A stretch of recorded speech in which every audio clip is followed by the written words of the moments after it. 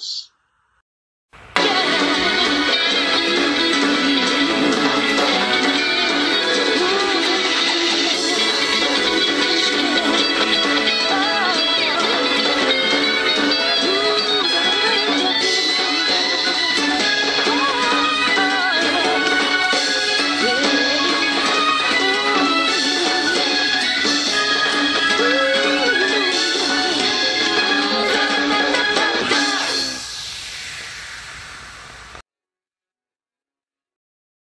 Other than me screaming like a maniac, yeah, we are reviewing Dan vs. a underrated classic, I must say, of this era. Like, yes, I first got introduced to the show in Hub Network.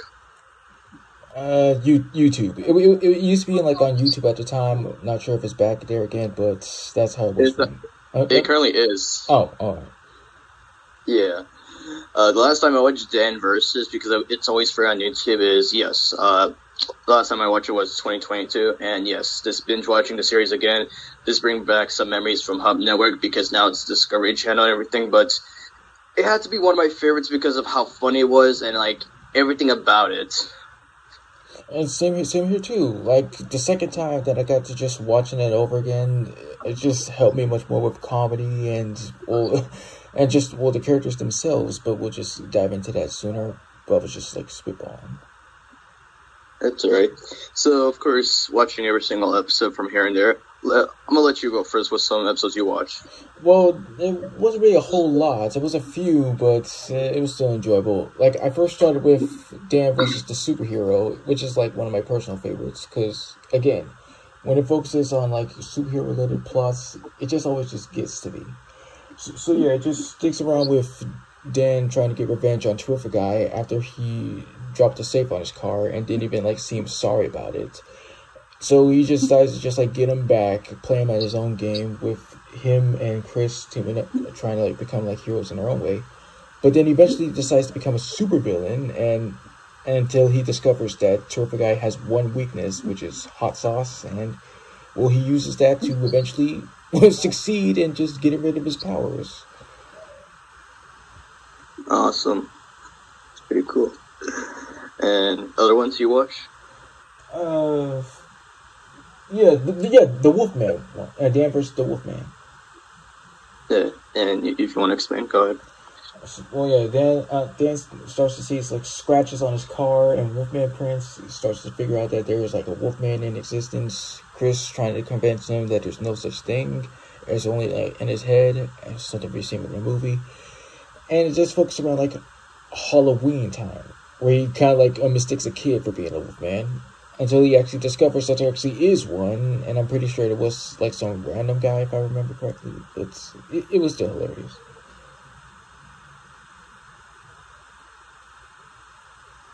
Few first episodes I watched as a kid for Dan vs. was The Boss. Basically, this is like when, the first time we see Dan actually getting a job because he has to pay rent and something like that, because Dan, he mooches on Chris and Elise for, like, money to, like, pay his rent or anything like that. But getting this job, Chris's job, and what do you call it? Apparently, the boss actually likes that, and he promotes him and everything. But finding out the boss is actually a demon. Ooh, whoa. Yeah. But yeah, it was a good episode. Let's see here. Oh, do you remember the episode The Dentist? Of course, because of a certain special somebody, and well, the dentist himself turned out to be a really interesting villain. Mm-hmm. But yeah, it was cool. Let's see here. The first ever episode of Dan vs. was New Mexico. Basically, Dan has a grudge with New Mexico, which leads to a road trip. It seems fun. Let's see. Oh wait, didn't you also? You told me about this because in 2021 you said you watched an episode with a mummy. I mean, like, yeah, I did, but like that's just been a while. No, alright. We're going. Oh yeah, well, another one of the softer ones, of course, is like when Dan decides to like adopt a kid and see how it will turn out, trying to become this Demis the Menace level type of vibe. Wow.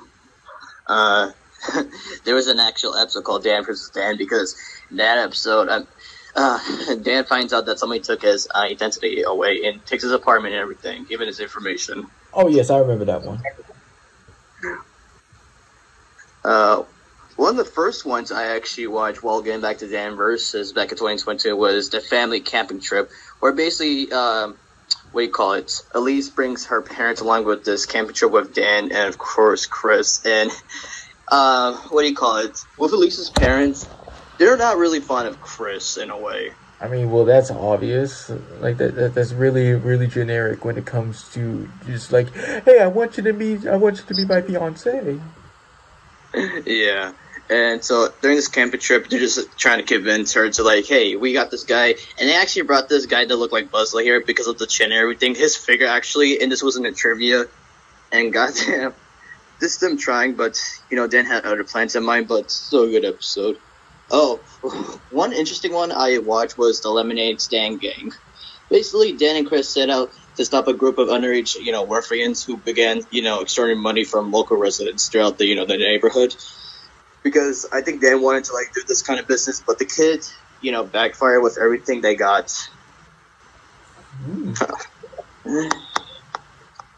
Let's see here, other ones. Oh, do you remember the Mall Santa? Yeah, I'm starting to remember. I do remember watching. It just took me a while to just Alright, so from my side, yes, I remember Dan and Chris land jobs at the mall, and basically Dan has to deal with this mall Santa, who's not really a good mall Santa because he's drunk all the time. And what surprised me as a kid and also today because with Dan versus his full surprises, it's one of the few times you can hear, even though it's not a throwback where the mall Santa said crap, even Dan acknowledges it's like, watch your mouth and everything like that. I mean, I do remember the Monster Under the Bed episode where they dropped the crap bomb, but I was like, oh, well, look at that, that's surprising. Because even though this says to be some kind of adult show, it doesn't really have that much swearing to it, and that's okay because, well, again, animated shows nowadays, they just kind of rely on swearing for comedy, and you don't really need that. No, nowadays with cartoons, they depend on being kid-friendly for some reason. Or just relating to at least try to relate to the real world and just focus on just, making funny line deliveries because that's what people find funny nowadays, which does work. But yeah, let's see here, another one. Oh yeah, Burgerphilia. Dan stages a protest after receiving poor service at his favorite burger joint. And yeah, while he's there, one of the cashiers there, who was taking the order, she actually develops a crush on Dan for, how confident he is to this. Yeah, I do remember that one too. It was another one of the softer ones, and I was like, well, he kind of, really deserves this happiness. He should be with that chick because, come on. And let's see here. Oh yeah, that fancy restaurant. Dan's beloved, sandwich shop is replaced by a new restaurant, which leads him to experiment with fine dining. So yeah, it basically turns to a French restaurant, and he's trying to find some evidence why I got switch and everything, but doesn't leave good. But that was an interesting episode. What was it? Oh yeah, there was also the neighbors. Yeah, Dan fears that his new neighbors are cannibals planning to eat him, so he tries to run them out of town. I remember seeing that episode. Although at first I thought Dan was just exaggerating because of what they're doing, but I was like, oh, damn, they're actually into that. And what do you call it? Oh yeah, the bank where when Dan's bank increases his ATM fees, because every time Dan goes to the bank, he expects to get his fees back $5, but they did it this time. So he decides, what the hell with Chris and Elise, to do a heist and get the money back. Just for that. Let's see. Oh, yeah, speaking of which, going back to, his protest from the burger joint, the wedding, upset that his old flame Hortense, that was the cashier I was talking about, is getting married to her boss. You know, Dan cons his way into the wedding party and attempts to ruin the wedding. Whoa. Mm-hmm. Let's see here. Let's see. What else can I say? That was a good one, yeah. Oh yeah, to help out from like the mummy episode. So when the object Dan's revenge turns out to be a laid back, undead Egyptian king who won't leave it alone, Dan resorts to some ancient means of pest control and everything else. So basically making him his servant in a way, but he's not really all that good. Oh. Yeah. What else? That was a good one. Yeah. Let me see here. Yeah, you mentioned that one. Oh yeah, the family cruise. Dan can't escape the ship's never-ending family activities because this is also another episode with Elise's parents. But what's so crazy because with Elise, although she's very tough in a way, what Dan and Chris don't know is that she's actually an agent. What kind of agent? Like a spy kind of agent, whenever Dan or Chris are not around, she actually has, monitors around the house, even the TV where, her boss calls her to inform her about what comes, around, the town. Hey. Yeah. And yeah, although we could talk more, the last episode, Summer Camp, was a really good one because it basically talks about the origins of how Chris and Dan met at camp. Oh yes, it was. You kind of feel for Chris about how he was just tormented by the kids. That's just really messed up. Yeah. But yeah, there were so much other good episodes like jury duty. Dan has to serve jury duty, but empathize with the defendant in the trial, so he plots to get a non-guilty verdict. The ski trip, a sudden blizzard strands Dan inside a isolated, cabin with Elise, and while Chris kicks back and drinks hot cocoa with newfound friends. Yeah, those friends turn out to be crazy. Let's see here. Anger management. The DMV.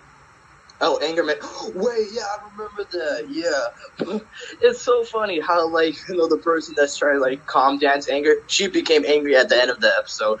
It's a hypocrite. Yeah. Oh my god. What other ones do you remember from your side? Well, basically. Oh wait. I had one, but I just really forgot which one was this. The ninja one. Oh yeah, that one was a pretty good one too. Just going back here, the ninja. Yeah. Oh yeah, there was an episode Canada where it was revealed Chris is actually Canadian. And it's funny because the actor that plays him, I won't say his name, is actually Canadian in real life. Yes, ironic. Let's see here. What else? Okay, I mentioned that one. This one. Oh yeah, one of my other ones I first watched for Dan versus was The Beach, where beach traffic is growing and Dan wants revenge. But what happens is that Dan and Chris got stranded while into the water, but again picks up and everything. That's something. And let's see here. Technology, yeah. Dan's having a painful first experience with computers. He's having a hard time how to work this and that. Let's see here. What else? I mean, yeah, that was a good one too. What about Chris?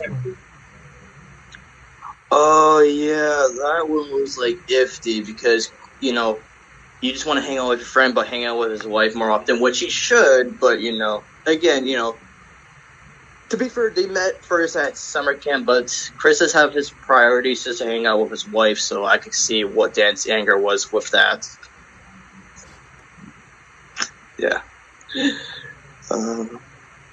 And the last ones.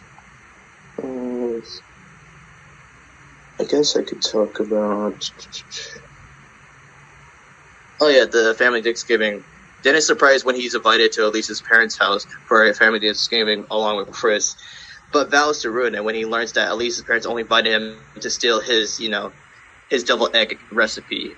All of this for deviled eggs, goddamn. And we'll get to them eventually. Yep. And that's pretty much it from my side, and now to the cast. Alright.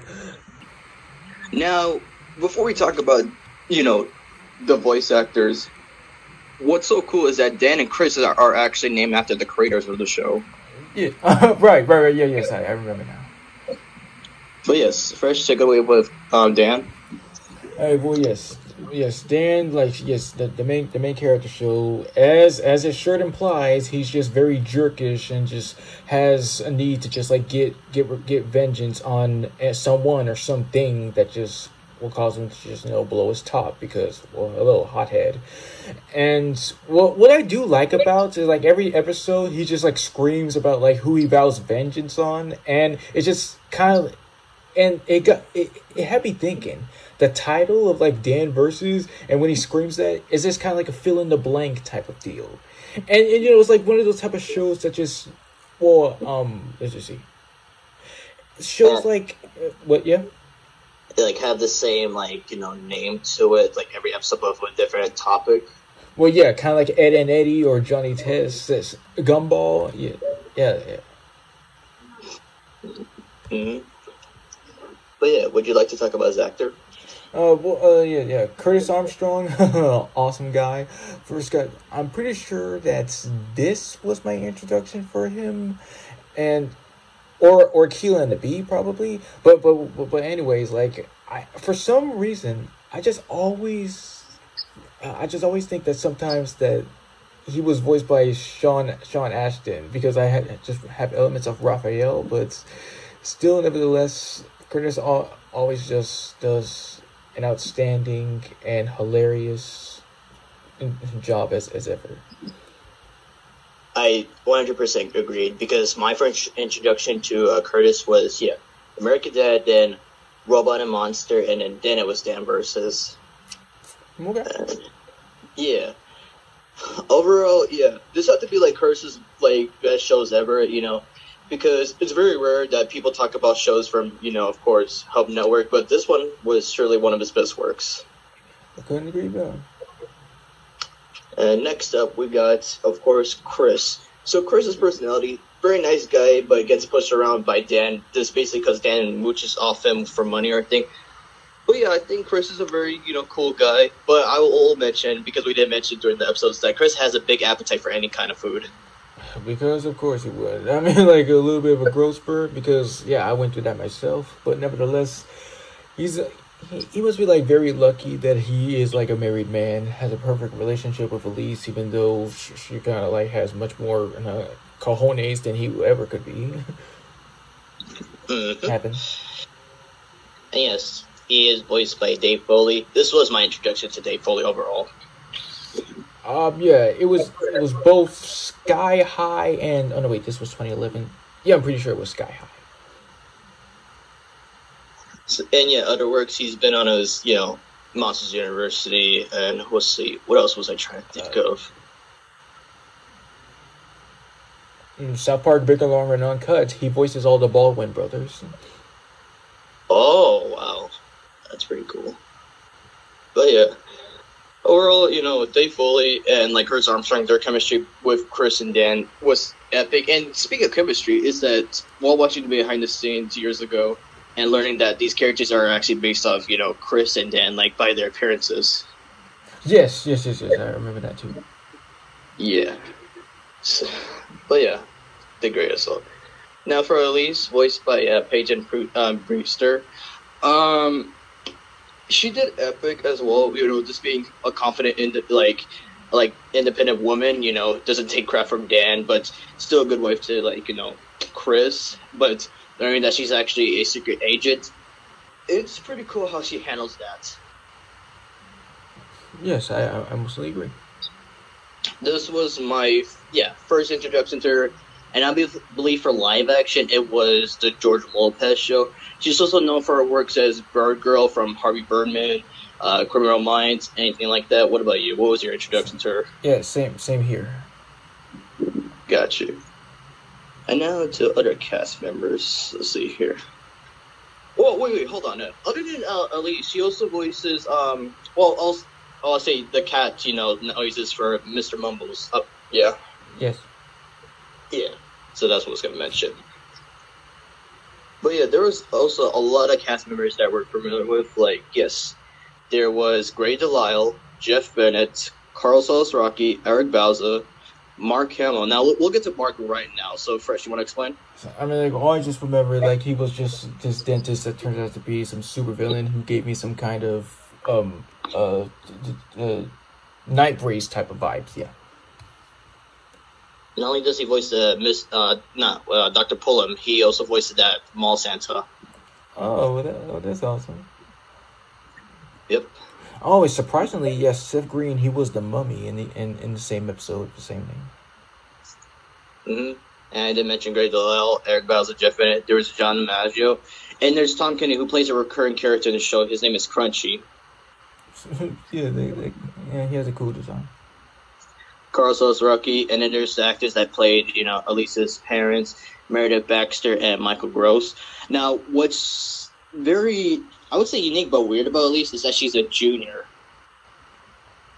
Oh. Which, yeah, she's Elise Junior while her mother is Elise Senior, but that's kind of odd to me because usually that goes for guys or their boys. Yeah, that is kind of. I mean, like, I guess there's a little bit of subverting, which is, yeah. I mean, I guess it could work. Mm-hmm. There was also Fred Tedeshore, Kevin Michael Richardson, Marisa Marsh, David Kay, Tara Strong, Cree Summer. Let's see here, Henry Winkler, Harlan Williams. Oh, monster robot there. Darren Norris, Kevin McDonald, Jenna Fisher, who voiced that anger management instructor.